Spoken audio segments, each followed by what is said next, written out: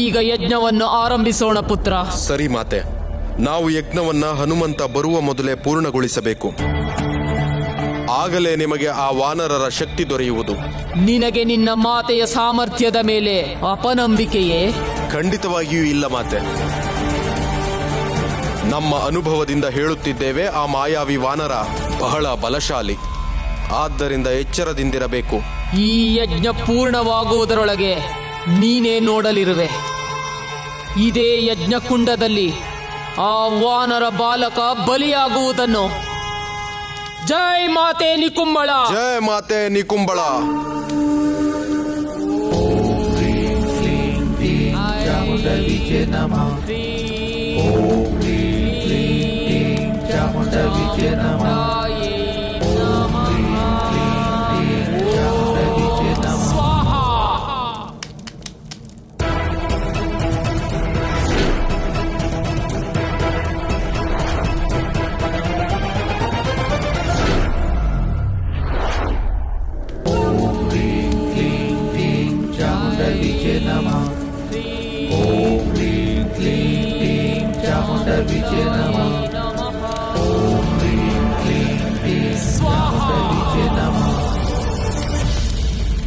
ಇನ್ನು ಕೆಲವೇ ಕ್ಷಣಗಳಲ್ಲಿ ಆ ವಾನರರ ಚೈತನ್ಯ ಶಕ್ತಿ ನನ್ನಲ್ಲಿ ಸಮಾಹಿತವಾಗಲಿದೆ.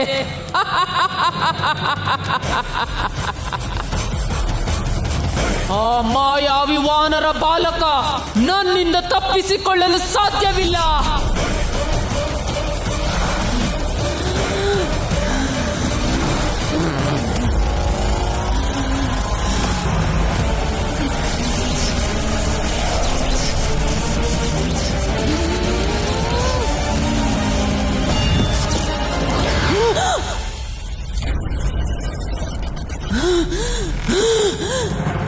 ಯಾರು ಯಜ್ಞವನ್ನು ಭಂಗಪಡಿಸಿದ್ದು?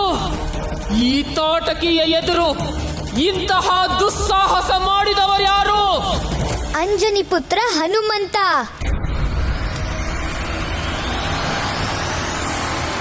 ಜೈ ಹನುಮಂತ ಜ್ಞಾನ ಗುಣಧಾಮ, ಜೈ ಕಪೀಶನಿ ಅವಿರತ ನಾಮ. ಜೈ ಹನುಮಂತ ಜ್ಞಾನ ಗುಣಧಾಮ, ಜೈ ಕಪೀಶನಿ ಅವಿರತ ನಾಮ. ಜೈ ಹನುಮಂತ ಜ್ಞಾನ ಗುಣಧಾಮ, ಜೈ ಕಪೀಶನಿ ಅವಿರತ ನಾಮ. ನಾನು ನಿನಗಾಗಿಯೇ ಕಾಯುತ್ತಿದ್ದೆ ವಾನರ, ಆದರೆ ನೀನು ಸಮಯಕ್ಕೆ ಮೊದಲೇ ಬಂದು ಬಿಟ್ಟೆ. ಬರುವ ಮತ್ತು ಹೋಗುವ ಸಮಯವನ್ನು ನಾವು ಸ್ವಯಂ ನಿರ್ಧರಿಸಿರುತ್ತೇವೆ. ನೀನು ದೊಡ್ಡ ದೊಡ್ಡ ಮಾತುಗಳನ್ನು ಆಡಬಹುದು. ಒಂದನ್ನು ತಿಳಿದುಕೋ, ನೀನು ನಿನ್ನ ಪ್ರಜೆಗಳನ್ನು ನನ್ನಿಂದ ರಕ್ಷಿಸಲು ಸಾಧ್ಯವಿಲ್ಲ. ರಾಕ್ಷಸ ಭಯಂಕರಿ ತಾಟಕಿಯ ಅದ್ಭುತ ಶಕ್ತಿಗಳ ಬಗ್ಗೆ ನಿನಗೆ ಅರಿವಿಲ್ಲ ಹನುಮಂತ.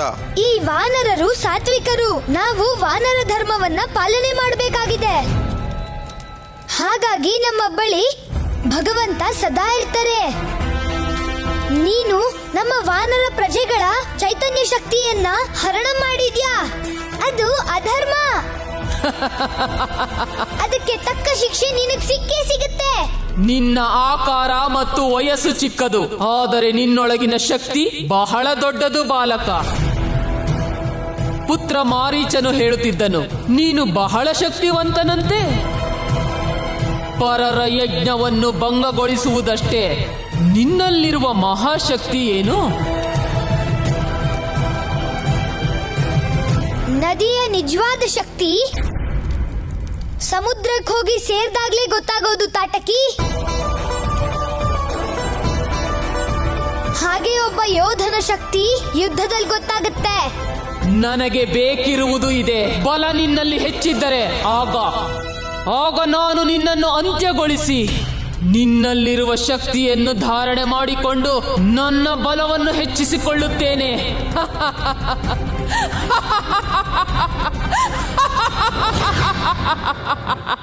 ಜೈ ಹನುಮಂತ ಜ್ಞಾನ ಗುಣಧಾಮ, ಜೈ ಕಪೀಶನಿ ಅವಿರತ ನಾಮ.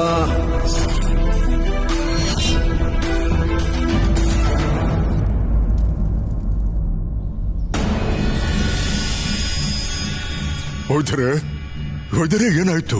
ಇವರ ಸ್ಥಿತಿ ಇನ್ನೂ ಹದಗೆಡುತ್ತಿದೆ ಜಾಂಬವಂತರೆ. ಈಗ ನಮ್ಮ ಬಳಿ ಹೆಚ್ಚು ಸಮಯವೂ ಇಲ್ಲ. ಅಯ್ಯೋ, ಮುಂದೆ ಗತಿ ವೈದ್ಯರೇ. ಇವರ ಚೈತನ್ಯ ಶಕ್ತಿ ಬೇಗ ಹಿಂದಿರುಗಿ ಬರದಿದ್ದರೆ ಸಾವು ನಿಶ್ಚಿತವಾಗುತ್ತದೆ.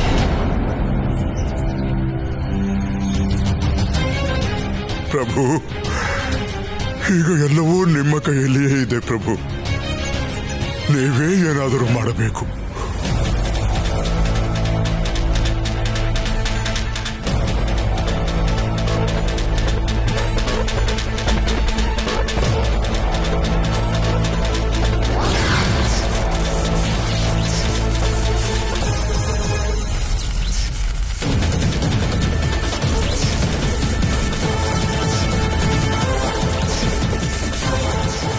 ನೀನು ನಿನ್ನ ಪ್ರಜೆಗಳ ದುರ್ಗತಿಯನ್ನು ನೋಡಿರಬಹುದು,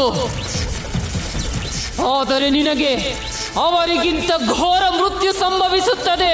ದುಷ್ಟ ವಾನರ, ದೌರ್ಭಾಗ್ಯ ಅಂದ್ರೆ ನಮ್ಗೆ ಜಾಸ್ತಿ ಸಮಯ ಇಲ್ಲ ಈಗ. ಹಾಗಾಗಿ ಇದಕ್ಕೆ ಉತ್ತರ ನಾವಲ್ಲ, ನಮ್ಮ ಗದೆ ಕೊಡುತ್ತೆ.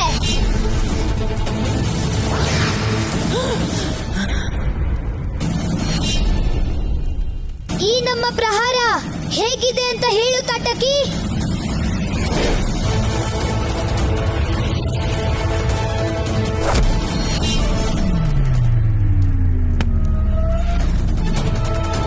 ನಮ್ಮ ಗದೆ ರುಚಿ ಹೇಗಿತ್ತು ತಾಟಕಿ?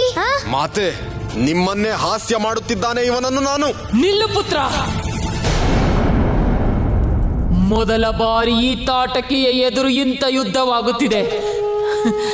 ಇದು ಬಹಳ ರೋಚಕವಾಗಿರುತ್ತದೆ. ತಾಟಕಿ, ನೀನ್ ನನ್ನ ಕೊಲ್ಬೇಕು ಅಂದ್ರೆ ನೀನು ನನ್ನ ಹತ್ರ ಬರ್ಬೇಕು. ಬಾ.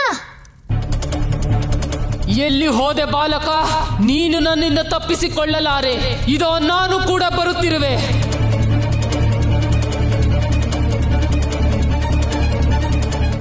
ಎಲ್ಲಿ ಹೋಗಿರುವೆ ದುಷ್ಟ ಬಾಲಕ?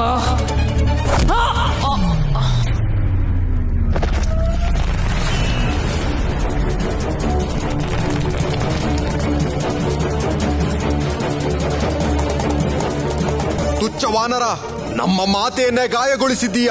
ನಾನು ನಿನ್ನನ್ನು ಬಿಡುವುದಿಲ್ಲ.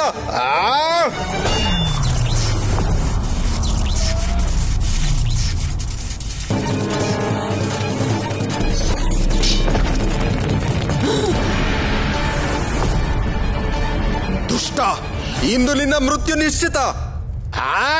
ಓಹೋ,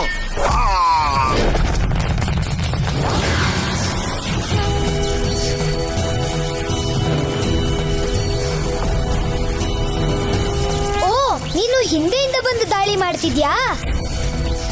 ಮಾತೆ ಮತ್ತು ಪುತ್ರ ಇದರಲ್ಲಿ ನಿಸ್ಸೀಮರು ಅಲ್ವಾ? ಇನ್ನು ಜಾಸ್ತಿ ಜನ ರಾಕ್ಷಸರಿದ್ದಿದ್ರೆ ತುಂಬಾ ಚೆನ್ನಾಗಿರ್ತಿತ್ತು.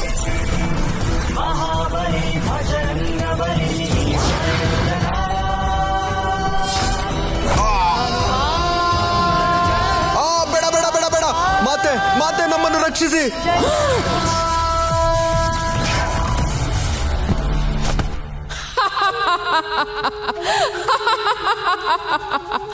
ನಾನು ಮೊದಲೇ ಹೇಳಿದ್ದೇನಲ್ಲವೇ, ನನ್ನ ತಾಳ್ಮೆಯನ್ನು ಪರೀಕ್ಷಿಸಬೇಡವೆಂದು. ಈಗ ನನ್ನ ತಾಳ್ಮೆ ಮೀರಿ ಹೋಗಿದೆ. ನಾನೀಗ ನಿನ್ನ ಚೈತನ್ಯ ಶಕ್ತಿಯನ್ನು ಹರಣ ಮಾಡಿ ಇನ್ನು ನಿನ್ನನ್ನು ಬಲಹೀನನನ್ನಾಗಿ ಮಾಡುತ್ತೇನೆ.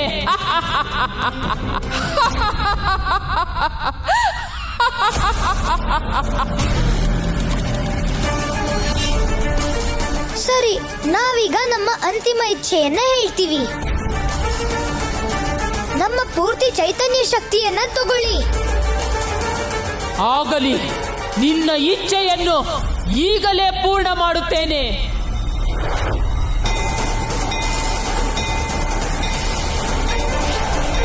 ಓಂ ಹ್ರೀಂ ಕ್ಲೀಂ ಚಾಮುಂಡಾಯೈ ನಮಃ.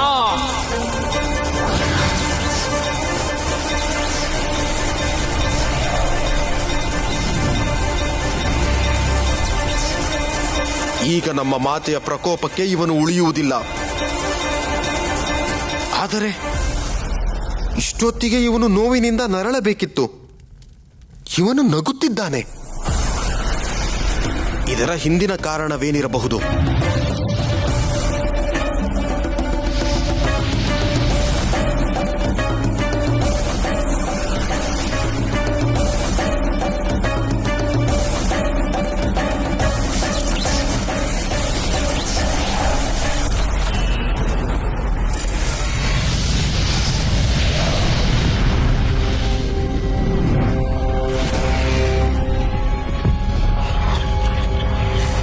ಇದೇನಾಗುತ್ತಿದೆ? ಇವನ ಶಕ್ತಿಯನ್ನು ನನ್ನಲ್ಲಿ ಏಕೆ ತೆಗೆದುಕೊಳ್ಳಲಾಗುತ್ತಿಲ್ಲ? ಹನುಮಂತ ಜ್ಞಾನ ಗುಣಧಾಮ ಜೈ ಕಪೀಶನಿ. ನನಗನ್ನಿಸುತ್ತಿದೆ ಇಡೀ ಬ್ರಹ್ಮಾಂಡದಲ್ಲಿರುವ ಶಕ್ತಿಗಳೆಲ್ಲ ನನ್ನಲ್ಲಿ ಸೇರುತ್ತಿವೆ ಎಂದು. ಗುಣಧಾಮ ಜೈ ಕಪೀಶನಿ ಅವಿರತ ಅಂಜನಿ ಪವನ ಸುತನ ವೀರ ವಿಕ್ರಮ ಭಜನಿ ಕುಮತಿ ನಿವಾರ. ಹೇ ವಾನರ, ಇದೇನು ಮಾಡುತ್ತಿರುವೆ ನೀನು? ನಿಲ್ಲಿಸು, ನನ್ನಿಂದ ತಡೆಯಲಾಗುತ್ತಿಲ್ಲ. ಜೈ ಕಪೀಶನಿ ಅವಿರತ. ಯಾಕೆ ನನ್ನ ಶಕ್ತಿ ಬೇಕು ಬೇಕು ಅಂತಿದ್ಯಲ್ಲ, ಇನ್ನು ತಗೋ. ಮಾರೀಚ ಪುತ್ರ, ತಡೆ ಅವನನ್ನು.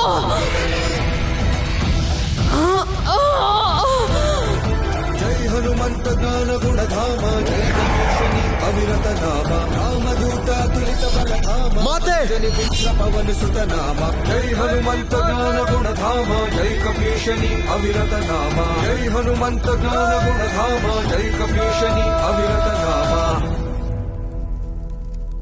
ತಾಟಕಿ, ಇದು ನಿನ್ನ ಅಂತ್ಯಕಾಲ.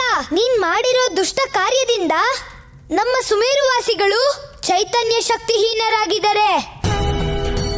ಈಗ ನಿನ್ನ ಮೃತ್ಯು ಆಗೋದ್ರಿಂದ ನಮ್ಮ ಸುಮೇರುವಿನ ಪ್ರಜೆಗಳೆಲ್ಲ ಪುನರ್ಜನ್ಮ ಪಡೀತಾರೆ.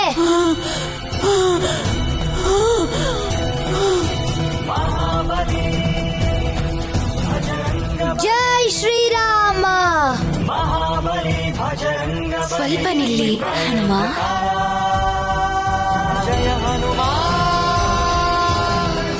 ಪ್ರಭು,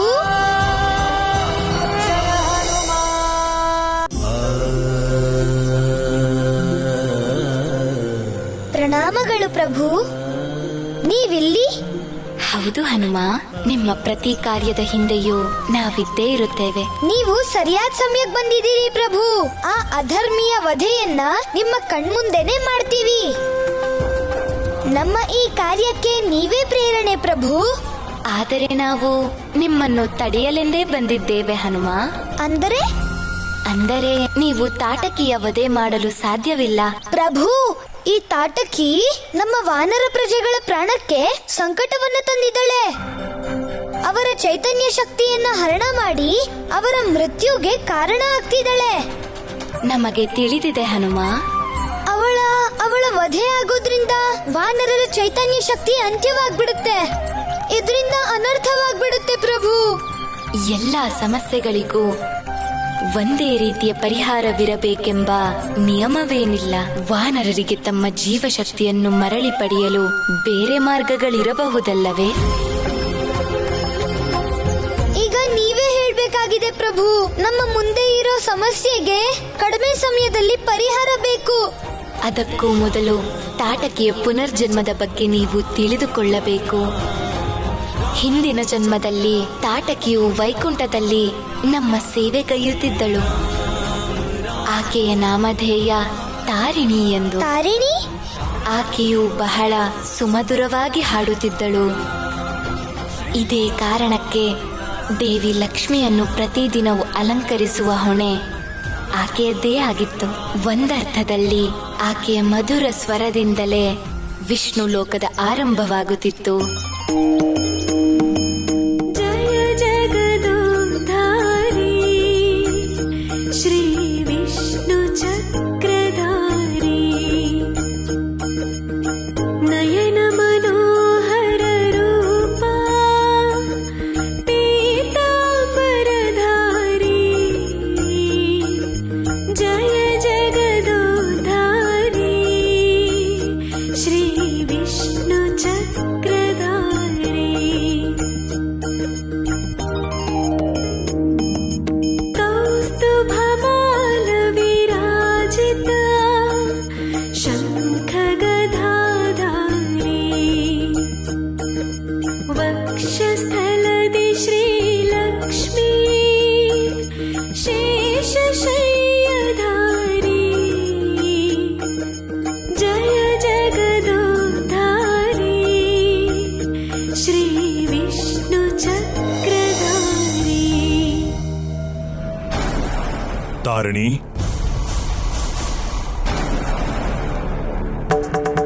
ರಾಕ್ಷಸ ತುಂಡ, ನೀವಿಲ್ಲಿ ವಿಷ್ಣು ಲೋಕದಲ್ಲಿ? ನಿಮ್ಮನ್ನು ನೋಡುವ ಅವಶ್ಯಕತೆ ಇತ್ತು ದೇವಿ ತಾರಿಣಿ. ಇಲ್ಲಿ ಯಾರಾದರೂ ನಿಮ್ಮನ್ನು ನೋಡಿದರೆ ಅನರ್ಥವಾಗುತ್ತದೆ. ನಿಮಗೆ ಗೊತ್ತೇ, ರಾಕ್ಷಸರು ದೇವತೆಗಳ ಸಂಘರ್ಷ ತಾರಕಕ್ಕೇರಿದೆ. ನಿಮ್ಮ ಈ ಕಾರ್ಯದಿಂದ ನಮ್ಮಿಬ್ಬರ ಪ್ರಾಣಕ್ಕೂ ಆಪತ್ತು ಒದಗುವ ಸಂಭವವಿದೆ. ತಾರಿಣಿ, ಇದು ನಮ್ಮಿಬ್ಬರ ಅಂತಿಮ ಭೇಟಿ. ಇನ್ನೆಂದಿಗೂ ನಾವು ನಿಮಗೆ ಸಿಗುವುದಿಲ್ಲ, ಏಕೆಂದರೆ ನಾವು ಶೀಘ್ರವಾಗಿ ನಮ್ಮ ಲೋಕಕ್ಕೆ ಹೋಗುತ್ತಿದ್ದೇವೆ. ಇಲ್ಲ, ಇದೇನು ಹೇಳುತ್ತಿರುವಿರಿ? ನಾವಿಬ್ಬರು ಗಾಢವಾಗಿ ಪ್ರೀತಿಸುತ್ತಿದ್ದೇವೆ. ನನ್ನನ್ನು ವಿವಾಹವಾಗುವ ವಚನ ನೀಡಿದ್ದೀರಿ. ನೀವು ನನ್ನನ್ನು ಹೇಗೆ ಬಿಟ್ಟು ಹೋಗಬಾರದು. ನೀವು ವಿಷ್ಣುವಿನ ಸೇವೆ ಮಾಡುವ ಪ್ರಿಯ ಭಕ್ತೆ ತಾರಿಣಿ, ಹಾಗೂ ನಾನು ಒಬ್ಬ ರಾಕ್ಷಸ. ಒಬ್ಬ ರಾಕ್ಷಸ ಮತ್ತು ವಿಷ್ಣು ಭಕ್ತೆ ಒಂದಾಗಲು ಹೇಗೆ ಸಾಧ್ಯ? ಇದನ್ನು ನೀವು ನನ್ನನ್ನು ಪ್ರೀತಿಸುವ ಮೊದಲೇ ಯೋಚಿಸಬೇಕಾಗಿತ್ತು. ಪ್ರೀತಿಸಿದ ಮೇಲೆ ನಿಭಾಯಿಸಲೇಬೇಕು. ನಾವಿಬ್ಬರು ಒಂದಾಗಲಿರುವುದು ಒಂದೇ ಮಾರ್ಗ. ಇಲ್ಲ, ಅದು ಸಾಧ್ಯವೇ ಇಲ್ಲ. ಇದರ ಬಗ್ಗೆ ನಾನು ನಿಮಗೆ ಮೊದಲೇ ಹೇಳಿದ್ದೇನೆ. ಒಂದು ಬಾರಿ, ಕೇವಲ ಒಂದು ಬಾರಿ ನಮ್ಮ ಮಾತನ್ನು ಕೇಳಿ ಪ್ರಿಯೆ. ಇಲ್ಲ, ಈ ಮಹಾಪಾಪದಲ್ಲಿ ನಾನು ಭಾಗಿಯಾಗುವುದಿಲ್ಲ. ವಿಷ್ಣುವಿನ ಮೃತ್ಯುವಿಗೆ ಕಾರಣ ನಾವಾಗಿರುತ್ತೇವೆ, ನೀವಲ್ಲ. ನೀವು ಕೇವಲ ನಮಗೆ ಸಹಾಯ ಮಾಡಿ ಅಷ್ಟೇ. ಕೇವಲ ಸಹಾಯ. ಯೋಚಿಸಿದೇವಿ, ವಿಷ್ಣುವಿನ ನಂತರ ಆ ಸ್ಥಾನದಲ್ಲಿ ನಾವು ಕೂರುತ್ತೇವೆ, ಹಾಗೂ ನಮ್ಮ ಪಕ್ಕದಲ್ಲಿ ಲಕ್ಷ್ಮೀದೇವಿಯ ಬದಲು ನೀವಿರುತ್ತೀರಿ.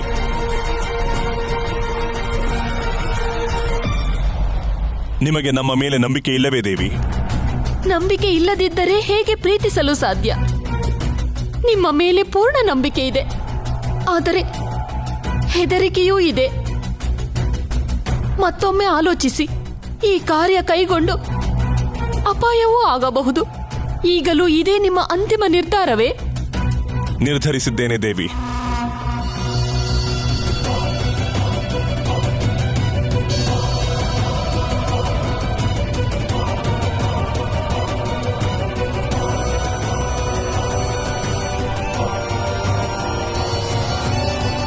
ಬದುಕಿದ್ದರೂ ಪ್ರೀತಿಗಾಗಿ, ಸತ್ತರೂ ಪ್ರೀತಿಗಾಗಿ. ಆದರೆ ಒಮ್ಮೆ ನಾನು ಪ್ರಯತ್ನ ಮಾಡುತ್ತೇನೆ.